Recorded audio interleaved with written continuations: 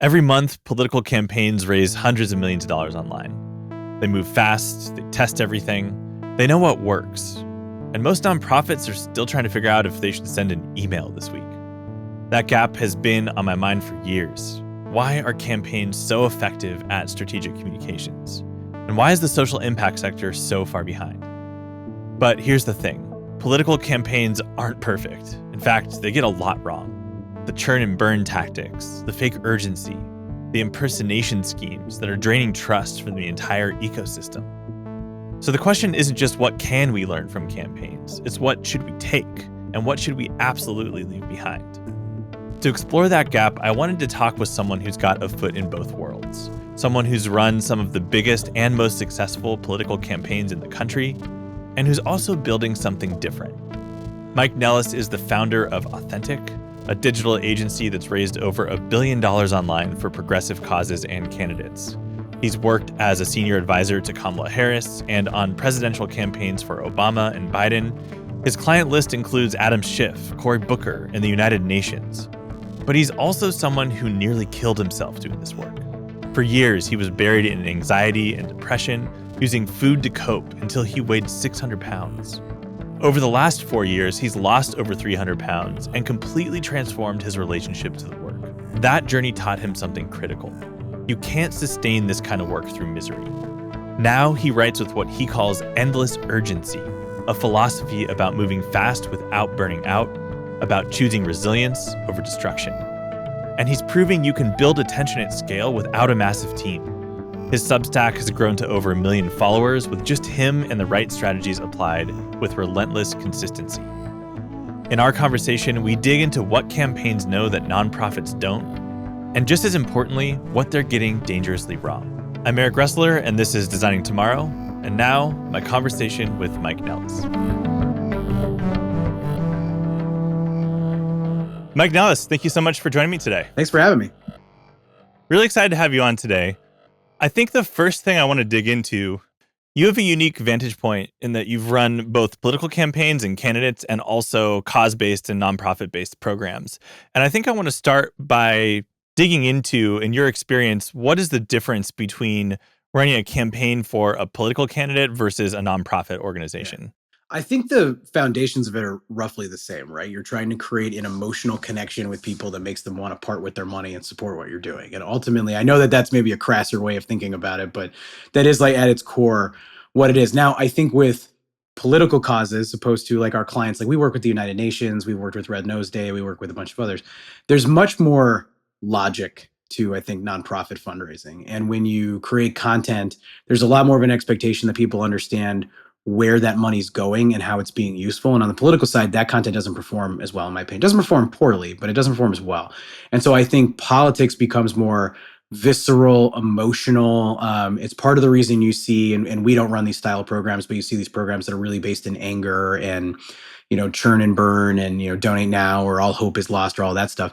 I don't think that works as well on the nonprofit side because people want to feel hopeful in terms of the donation they're giving. They want to be like, I'm giving you $25. We're going to help save the ocean. We're going to, support, abortion rights for women across, this is a lot of what we do at the United Nations is helping with reproductive rights and freedoms and healthcare in Africa through the United Nations Population Fund.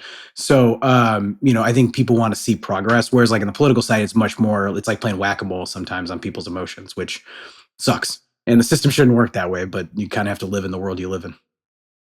Yeah, that's something I've been thinking a lot about lately. And we recently had Amanda Littman on the show, and we talked about this a little bit too. She's awesome. Really great interview. You should check it out. We are seeing, though, I think the bad sides of political fundraising start to seep into nonprofit fundraising, or at least I'm starting to see that a little bit.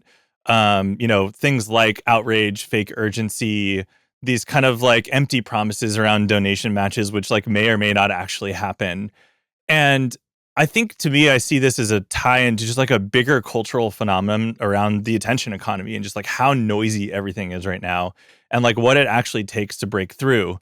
And in my opinion, this is kind of unsustainable. And I think we're all starting to feel that this kind of like almost like runaway experiment of social media and like digital platforms that we're on. Yeah. How are you thinking about balancing all of that, showing up in a way that's like true and honest and authentic, which we'll get into that word a little bit more today, but also effective at the same time. Yeah, if one more person says the word authentic to me, I get a free set of steak knives, I think. So I desperately want to build a meaningful relationship between my clients and our supporters. And if you look at the clients that I think have been the most successful of that over time, they're usually the ones that you'd be surprised at the list size, right? That turns out as much money. We've worked with United We Dream for a long time, much smaller list than you would expect given their fundraising. It's true for a lot of our other nonprofit clients.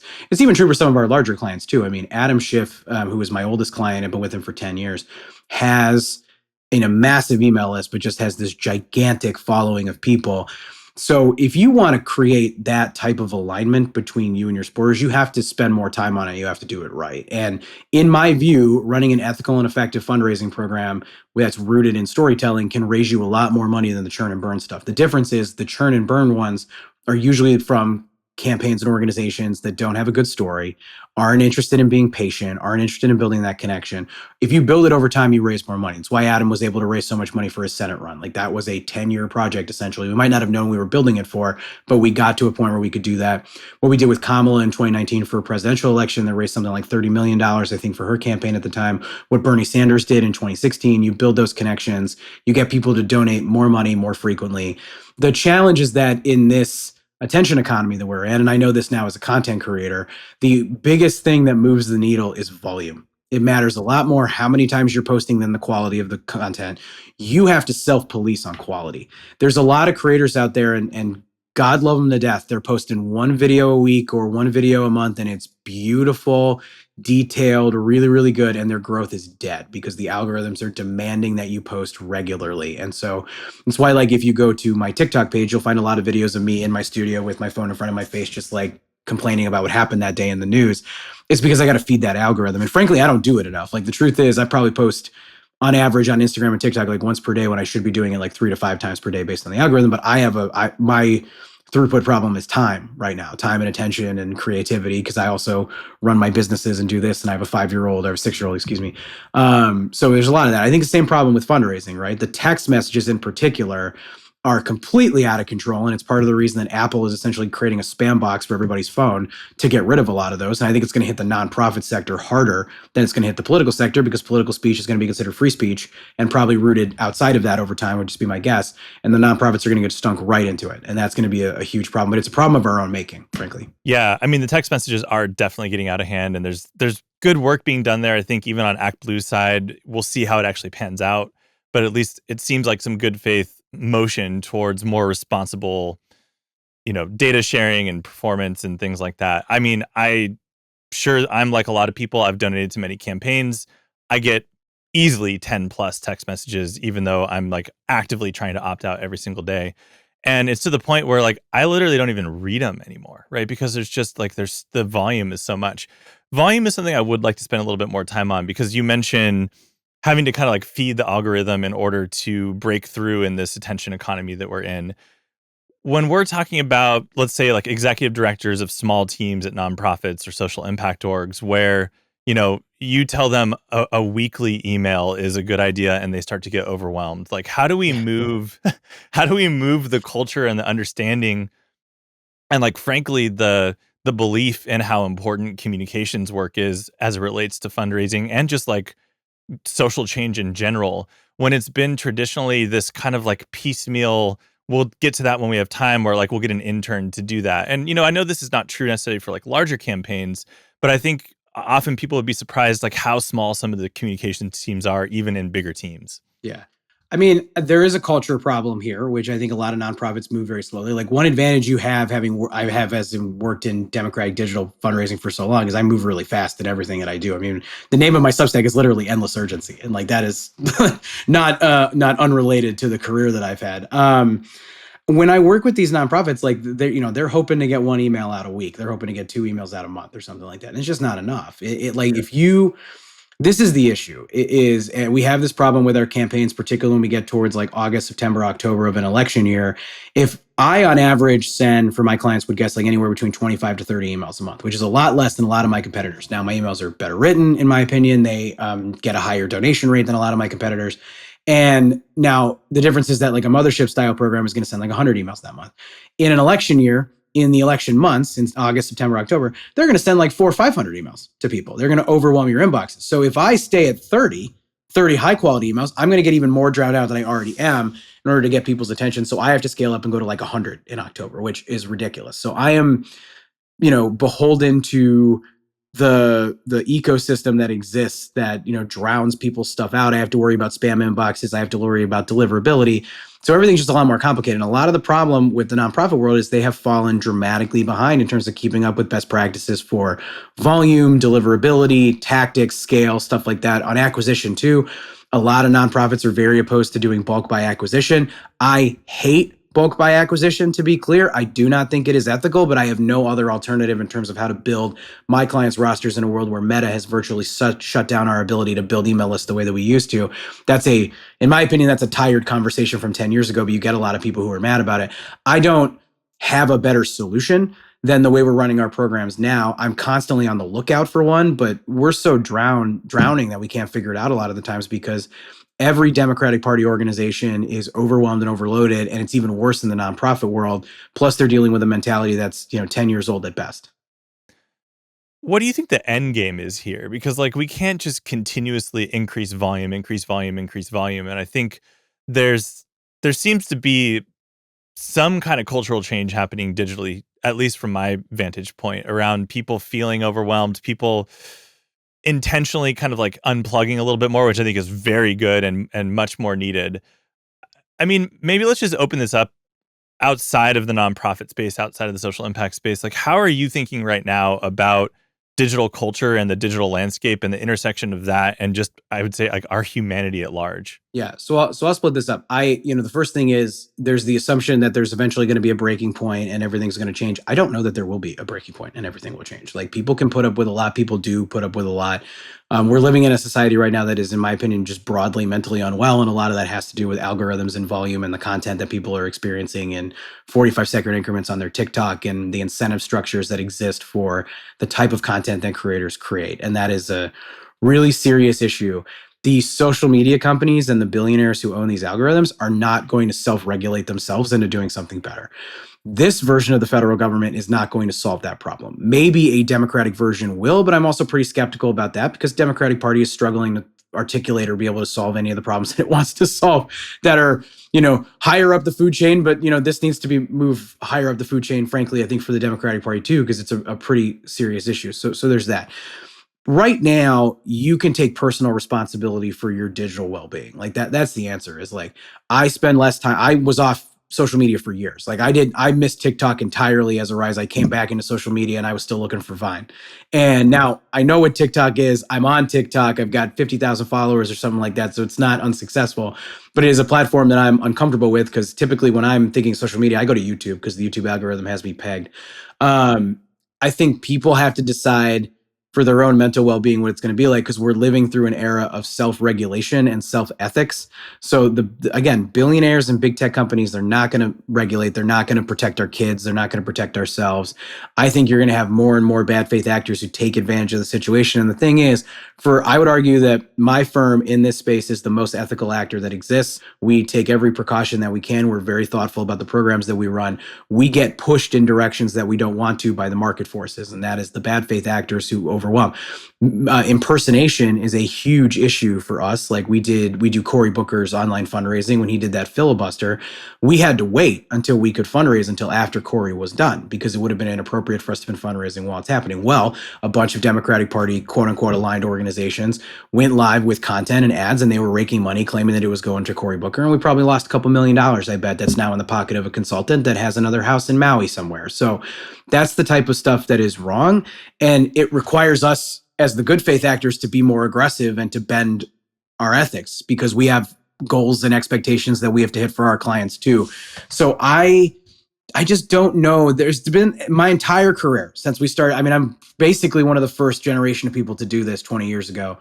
People have been saying email's going to die. We're going to hit the cliff. It's going to be bad. And then it just doesn't. Like people sort of amend to it. So I'm not saying it won't happen, to be clear. I just feel like every 3 years, there's some prediction that we're hitting a turning point and then we don't. And I'm skeptical. Yeah, and like to be clear, I think I agree with you, and I worry about the trajectory because I've also been observing digital culture basically as I've been growing up, and there's a lot about it that's awesome, right? And there's new spaces out there. I think Substack is one of them that, not a perfect platform, but a lot of things that I like about it compared to some of the others. Nonetheless, though, we're seeing everything get kind of chopped down and clipped down into shorter and shorter sound bites with less and less depth. And at the same time, like in parallel, people have no problem listening to 3-hour Joe Rogan podcasts. So like there's this kind of narrative that like everything is short form, long form is dead. People still watch long movies, people still read books, although that's, certainly down. So there's this just like weird amalgam of like different types of content. And I think people are searching for stuff that's true, and that's becoming harder and harder to find. And as AI comes in and there's more like deep fakes and clips cut out of context and algorithms like feeding outrage, it's just like a messy world out there. And I'm definitely seeing people struggle, especially in the social impact space, around like, how do we show up right now in a way that actually works? I think there's this perception that in order to win in this attention economy, in order to do this work well, we just have to have this big team and we need to have like all these resources and time and money. And there's some truth to that, right? Like if you treat this as a side project and this kind of like, let's get the intern to do it, how hard could it be to send some social posts out? It's not going to work. But at the same time, I think some of the most successful campaigns have been done by a small group of really smart people who care about the work and do it well. To use you as an example, you've built a Substack following of over 1 million people. And as far as I understand, it's mostly just you doing a lot of it. I know you have a small team supporting you, but maybe you could just talk about what that trajectory has looked like for you and how you think about showing up and growing that following in a meaningful way. Yeah, I have no team supporting me. I mean, I have an assistant that helps with scheduling stuff, but we just hired a community manager to help scale up our content because, again, I need to be posting more than I am. Right. Like the truth is, I treat Substack a lot more like a blog. So I post rants, not newsletters. But so usually there's like 2 a week, but like based on the response, I could probably send 5 a week. And I think people would tolerate that type of volume because, again, the news media and the landscape is changing so much that people have an expectation of hearing from you so regularly. People forget who you are like that. So you got to be a lot more aggressive. I want to go back to something you just said, though, on people tolerate a 3-hour Joe Rogan interview, and then they're also looking for things in 15-second increments. There's different audiences of people, and I think you have to understand who your audiences are. But one thing that Rogan is exceptionally good at, and I described this to somebody on the Harris campaign last year, is trying to explain why they should do Rogan, is that it isn't just Rogan's podcast. Like, yes, Joe Rogan sits down for 3 hours with God knows who talking about God knows what. And I don't know, maybe half the time it's pretty good and the other half of the time it's ridiculous stuff. But there's a whole economy under Joe Rogan. So there's the Rogan accounts that get that out, push their stuff, they get it on Spotify, they make a ton of money. But then there are like all kinds of clip factories out there that are posting short form clips. I would argue that the way most Americans experience Joe Rogan is not through the show properly. It's through these, 1.5-minute clips that they get of a back and forth and stuff like that. And people interspersing him into, I don't know if you've ever seen this one. He has one where he's like, Jamie, pull up that video of that crazy thing that happened, and people will grab that and then they'll put something else that they want to there. Yeah. I'm going to actually start doing that myself because I want to see if it's successful for my stuff to do that and then cut immediately to like Trump trying to pronounce acetaminophen this week, which if you haven't watched that, I highly recommend it. It's hilarious. I did. It was good. Honestly, it was one of those times where I was like, somebody help him, please. I feel bad for him right now. But so there's a lot of that. And I think people have to understand, like, go look at my show. You asked me about my show, so I'll answer it. Is like, I go live basically twice a day for like about 30 minutes to an hour with somebody. I try to have a meaningful, interesting conversation with them. The general vibe I want it to be is that if this person and I were sitting at a bar drinking a beer, talking about our day, it would not be dissimilar if we were reacting to the news of the day. Because I'm not bringing a character. That's the other thing, is a lot of people develop a persona and a character of themselves that they get. And I might dial it up 10% or dial it back 10% depending upon the topic. But I tell people this all the time. Can I curse on this show, Eric? Of course. Yeah, go for it. All right. Yeah. I'm the same asshole in every room. Every single room. It's something my father used to say to me. My father would be like, I'm not a different asshole when I go over there. I'm not a different asshole here. I'm like the same guy. Like, if I'm on a work call, that's who I am. When you watch my show, that's who I am. When I'm on Jesse Waters, fighting with Jesse Waters, like, that's the same thing. Now, I'm a little bit different, but like, I don't have like a character. Now, Bill Maher has that sort of famous moment where he went to had dinner with Donald Trump and he was like, oh, Trump is so different than you would expect when he's on TV. And I'm like, yeah, no kidding. He's playing a WWE character. He's the heel. So we need a lot less of that. And I think people are trying to snuff that stuff out. So they're looking for people that they can relate to who are real. It's why Rogan is successful. Like, I believe that's the real Joe Rogan. I believe that's the real Theo Von when I watch his show. And because of that, it makes the conversations a lot more interesting. I think if you do that and you come in with consistency, you can get a following. And it might not be a big following, but I would rather have 5,000 hardcore people that are with me every day than like 2 million people that maybe show up every now and again. And there are a lot of YouTube channels that I've seen, and I don't know if they paid for this, where there'll be people that are prominent, progressives or conservatives, and they have like 2 million on YouTube, and you go look at their views and their views are less than mine. And I have 2,500 on YouTube. Like, I do not have a big YouTube page. So I just think that the algorithm matters here, but also the connection and the intensity matters a lot here. And I think the other concept that I have that I think is useful is, and I haven't fully been able to execute this for my own because I need help. Like, I need a small team of people. It's why I'm bringing on a community manager. I'm trying to hire a video editor right now too. Is I believe in the Russian. This is what I call it, is the Russian nesting doll theory of content. And I'm pretty sure I came up with this, but like, if I didn't, and I'm stealing it from somebody, I apologize, because like I can't remember anymore. But it's, Russian nesting doll. You pull it out. There's a smaller thing is pulled out. So I have endless urgency of the show. I'm on for an hour. Poop. I pop that up. It's TikToks. I pop that out. I throw it into an AI thing, and I have tweets. I pop it out in here, and I've gotten some of that going, so I can build like a model of it. It makes me more efficient. But that's what you want. So I think if you're a one-person shop or a two-person shop, you're running a congressional campaign, go live once a day. At the end of the day, talk about what's going on, bring on a guest if you can, build that connection on a Substack, then distribute those clips throughout. And you can do that. You don't have to be like, when we did Adam Schiff, he had a full video team on. Mallory McMorrow has an amazing video team on her campaign right now that put out that the NFL Red Zone ad that everybody liked so much. That was real work that went into that. That was art. There was art to that. That was really cool. I'm not capable of making that, but if you need me to shoot a 45-second TikTok video, like, I could do that and yell at the screen and call Donald Trump the most corrupt president in American history, which I do pretty frequently. This is different. Like, do what you can, but consistency matters the most with these tools.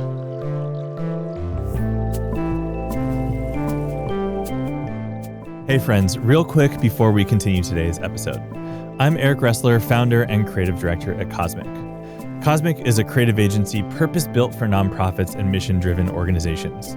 For the last 15 years, we've helped leaders like you nail your impact story and sharpen your strategy.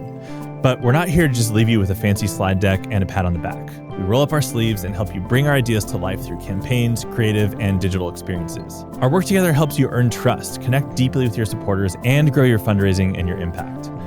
If you value the thinking we share here and want it applied to your biggest challenges, let's talk at designbycosmic.com. All right, back to today's conversation.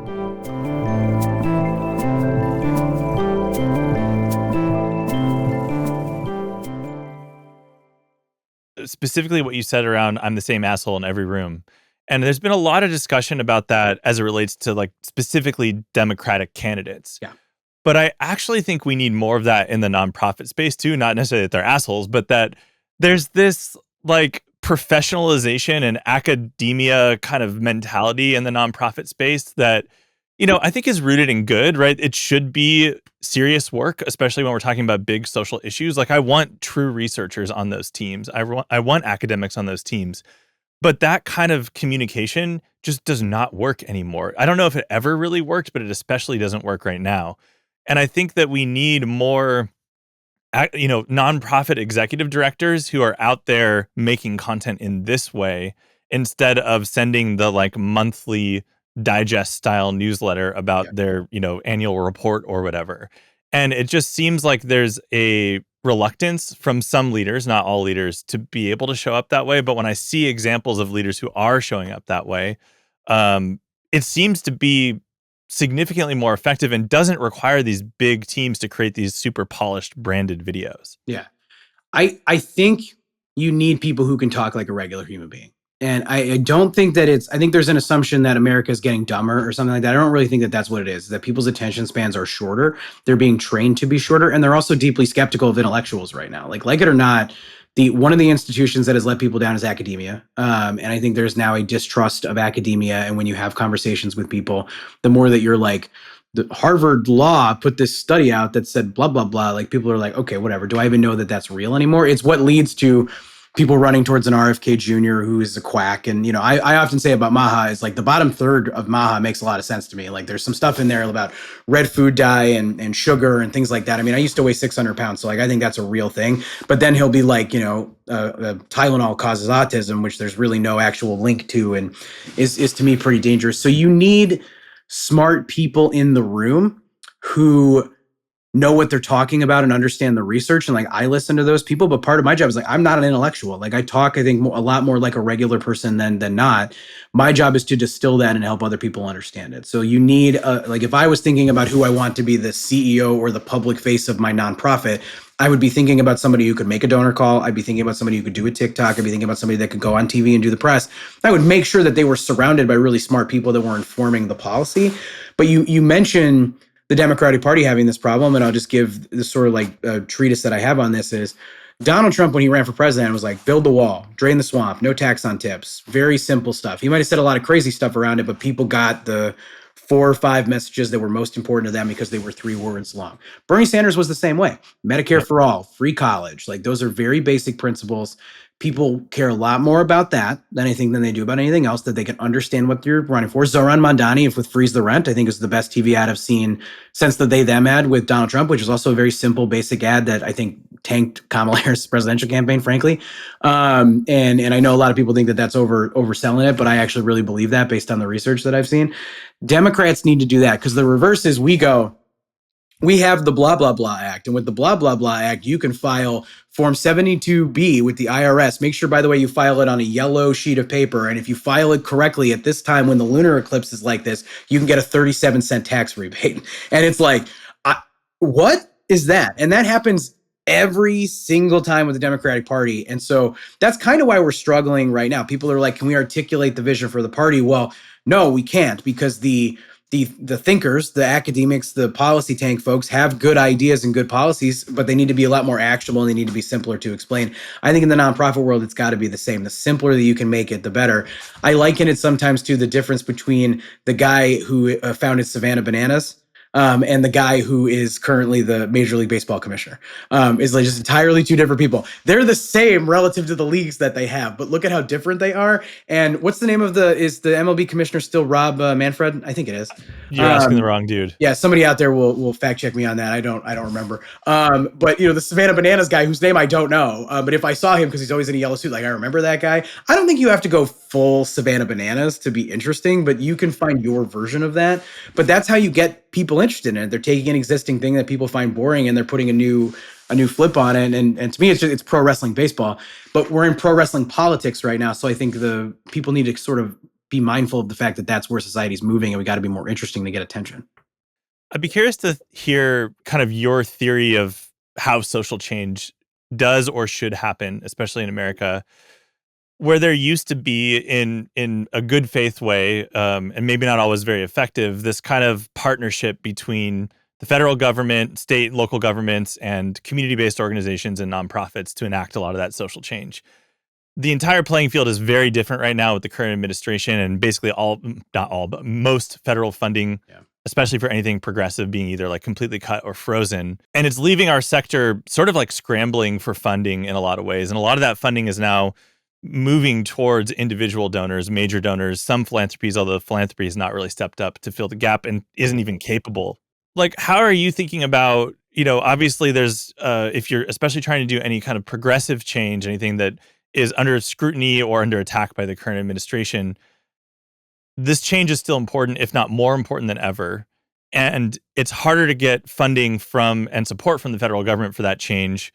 What are you seeing from your vantage point around, in a tactical way, like how to get over that, but just in like a bigger picture cultural change way, like how do you think we need to fix politics in order to, if that's even possible now, to get through some of these bigger social changes that we want to see? Or is the way that we need to enact social change going to just shift because of this? Like how are you feeling and thinking about all of that in a bigger picture way right now? If you look at the history of American politics, if you look at the history of politics, period, there are ebbs and flows where things function and don't function. And is this the worst it's ever been? Maybe. I don't know. I think you really sit back, you can look at other administrations of the past and go, that was rough. And people did not trust each other. And sometimes it was like, there was massive distrust with the federal government, but the federal government was right. I mean, time tells all. I mean, there was plenty of times where Southern states did not trust the federal government to the point where they seceded from the union. So like, it isn't that bad yet. So I just always remind people, like, put it into context. It is bad. Don't get me wrong. And it is hindering progress in this country. And, I'm generally somebody who believes that Donald Trump is a fascist, is a wannabe dictator. I use those terms like with intentionality, and that is an issue that's impacting all of us. And now I go the opposite way. I think that the way society often incentivizes us, the way the algorithms incentivize us, to be focused on the big things in the world that we cannot control. So national politics, DC, even like major things like Palestine and the Sudan and what's happening in both those countries is horrible. But people get so focused on that and you can't really do anything about it, which is not to say that collective action isn't important. Collective action is absolutely important. I encourage people a lot of times, this is what I do in my own personal life. Just try to, how I think about it is, my dad, when I was a kid, my dad's a big Republican. I'm left of center. I think wouldn't call myself a liberal, but I'm left of center. So my dad would say, my responsibility is to take care of myself and my family. He'd put his fist up like this and he'd go, "This is just the five of us that we have to take care of." And I always thought that was a little selfish. As I've gotten older and I have my family, I think it's more right than it's wrong, but it's limited in the way it works. So I think about it as, I got to take care of myself and as I say this as somebody that, like, I didn't take care of myself for years. Like, I was so committed to the work and I had mental health issues that I ballooned up to 600 pounds. So I needed to get focused on my physical health, my mental health, my digital health, my spiritual health, et cetera, to then be useful to my family. So think about it like a concentric circle. So now I'm useful to my family and I could take care of my son, I could take care of my wife, et cetera. Then I could focus on my community. Then I could focus on everything else.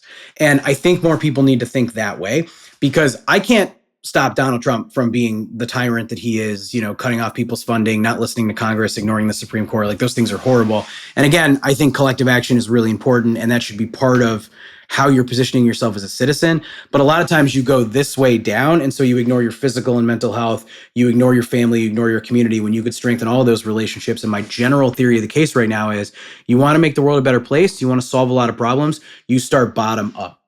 And so you start with yourself. You make yourself mentally strong, physically strong. You make sure your family's in a good place. You raise good kids. You be the partner and spouse you want to be the friend you want to be. You fix the shit in your community that's actually fixable. And so I ran for school council down the street. There's a small school over here. My son doesn't go to it. They needed a community rep. I got elected by about 10 teachers and parents. And my job is to, like, source beanbag chairs for the sensory room for the kids that need it and help them get the money for a TA and stuff like that. And I get more value in my own life out of it. It's selfish more than a little bit, but I also think, like, that work is more important than a lot of the like going on Jesse Waters and arguing with him in front of 4.5 million people. Like, that's the stuff that people see and that people care about. That, I do it because it's important, and I do it because it draws, new followers, which then helps me with the rest of the messaging and things I want to get out. But I think what I do there is more important, and I think I'm more fulfilled by that. So I think if you're lost in this, maybe, I don't know if this is answering your question, Eric, because I don't have a solution for, like, nonprofits. I'm sorry. But if you're lost in this moment and you're frustrated with whatever it is, you might be frustrated from the right too. You might be a conservative going, "This isn't what I want either." Go pick up trash in your neighborhood. Go be useful somewhere there. I just think, like, if more people did that, we'd actually be in a better position. And if we had more people who did that, we'd have a better crop of leaders on both sides who would eventually run for city council and mayor and Congress and Senate, because they'd have actually, like, been in their community, instead of what we have is a lot of, like, pseudo celebrities and influencers that are now, using it as a stepping stone to become a Fox News host or an MSNBC host. And, like, I'm tired of that shit too. Yeah. I want to end, before we wrap up, just kind of, if you're open to it, talking a little bit how you're thinking about the next generation. We're in this generational change, both in terms of leadership, but also another new generation of kids growing up. And you're a dad. I'm a dad also of some young kids. And I think a lot about all of this as it relates to what does their future look like. And, I'll be honest, there are times that I'm very pessimistic about what that looks like. Bigger things like climate change and, all the political violence that's happening right now, and just the general ecosystem. I drop my kids off at school, and I have to, in the back of my brain, like, think, is this going to be a school shooting day? And am I going to be affected by that? Right. These are things that are not symptomatic of a healthy society. And I don't think it's constructive to spin out on that stuff, even though it is rooted in truth. It makes me energized around, like, how can we create a better future for our kids, which is, I think, ultimately what everyone wants, even if they're really misguided around what that looks like, or if there's different opinions around what that better future looks like. I mean, that is, in a good way, kind of the American experiment that I hope that we can continue to work towards together in some kind of constructive way, even though there's been a lot of polarization and the trajectory has not been good. But back to my question, like, how are you thinking about You mentioned taking care of yourself first, taking care of your family next. Raising kids in this environment and doing that constructively and doing that in a way that builds community and builds character and sets up that next generation for success. Yeah. I spend a ton of time thinking about how to raise a good man. Like I mean, the joke with my wife when we got the news that we were having a boy, I remember we were riding in an Uber back to the house, and I remember going, oh, "We're having a white man," and and it was sort of like during all the Black Lives Matter stuff, so it was a little bit more topical than today. Although I still think it's really topical today. But like, I want to raise a good man, and I think we're watching a world that is dominated by the worst possible role models, and the president of the United States is Donald Trump, and I think he's not a good role model for anyone. You just look at his own kids to find out he's not a good role model for anyone, and beyond that, it's who are the loudest, most successful voices talking to young men right now? It's Andrew Tate. And Andrew Tate is a dangerous individual. Now, he is a symptom of a system that doesn't work. And we're also raising the first generation of young men who are going to make less money than their female counterparts. I mean, women are twice as likely to graduate from college, twice as likely to buy a house right now under 30. That's crazy. That's the first time it's happened in American history. We should not do anything to get in the way of that, because it's incredible progress. But I think we need to make sure that men see their path in the future too. Otherwise, they're going to listen to people like Andrew Tate, and Andrew Tate preaches violence against women. So I think about that a lot. What you said about school shootings hit me too. My son had his active shooter drill, his second one a couple weeks ago. And like, I don't like that happening. I don't like getting that email. I don't like answering those questions when he comes home. Yeah. And I don't know. But again, I think it's like, I don't have control over school shootings. I can't stop a random person from getting access to a firearm in a country where it's really easy to get a gun. I mean, I'm a gun owner. Like, I own a Glock 19. Like, I went and bought it. I train with it. Like, I know how to use it, but I know how easy it is to get a gun. It is not hard. And like, honestly, like, I got a little bit frustrated by the 3-day waiting period because I didn't want to have to drive back out to the suburbs to get it. But I was like, no, I need this. This should probably be a 5-day waiting period, if that. You can't control it. So focus on what you can control. Make sure your kids are, smart, empathetic, get good educations, that you're there and present in their lives. I just feel like that's it. And to me, it's like, I'm a joyful warrior. Like, I refuse to be miserable. In the first Trump term, I became a very miserable person, and it had a huge ramifications on the parent that I became, the father that I was, the human being, the boss that I became. I didn't like any of it. I'm not doing that this time. Like, I choose to be joyful in the face of death threats. I choose to be joyful in the face of all the political violence happening around us, and the way that they're framing the left right now as being responsible for that political violence, which to anybody listening is ridiculous. Like, both sides are responsible for what's happening right now, and both sides should be trying to do better. But I think you just push forward one step at a time and you don't give up. Because I'll also say to the forces who want to take this country in a direction that I don't think, Eric, you or I agree that it should go in, they want you to quit. They want you to become cold. They want you to become lifeless. They want you to lock down, and you can't do that either. Like, we need more people that keep their heart and keep their soul. One of my biggest fears when I'm up late at night thinking about the future of the Democratic Party, which for some reason is one of the biggest things I think about all the time, which if you'd explain that to me when I was like 14 would make no sense to me, because I wanted to be a football coach. I was going to be a football coach. That was what I wanted to be. And I worry the Democratic Party becomes the mirror image version of the Republican Party, where the Republican Party is party of grievances. They don't care about how they're going to solve people's problems. Like, when was the last time the Republican Party presented a solution on anything? They've passed no laws in the last 9 months. None. They're just outsourcing everything to executive actions, and they can complain about Joe Biden signing EAs. What Trump has done is ridiculous. The Democratic Party has a lot of solutions. People don't believe we can get them done. Oftentimes they're complicated and they're disaffected from people's day-to-day lives. That's a different problem. At least there's solutions. At least they're trying to help people. And I get asked this all the time when I do these media hits. It's like, why are you a Democrat? The answer is that it's the only party that gives a shit about whether or not you have a good paying job and can live the life that you want and retire with dignity and have a vacation every now and again. And unless that becomes not the case, I will remain a Democrat till the end of time. And we got to fight. We got to hold on to that. And we got to get better, tougher, stronger about the things that we're doing. Nonprofits have to get better, stronger, tougher about the things that they are doing, but not lose sight of the mission, because there's a reason we wake up every morning and care about this. You or I or anybody else listening to this could probably be working somewhere else, making more money, and clocking out earlier than we do in the jobs that we have now. I think that's a beautiful place to end. Mike, thank you so much for your time today. Where would you like our listeners to dig deeper, follow you, subscribe, etc.? Yeah, you can find me on any major social media platform, but mostly my Substack, endlessurgency.com, if you'd like to subscribe. Awesome. Thank you so much, Mike. Thanks for having me. If you enjoyed today's video, please be sure to hit like and subscribe, or even leave us a comment. It really helps. Thank you. And thank you for all that you do for your cause and for being part of the movement to move humanity and the planet forward.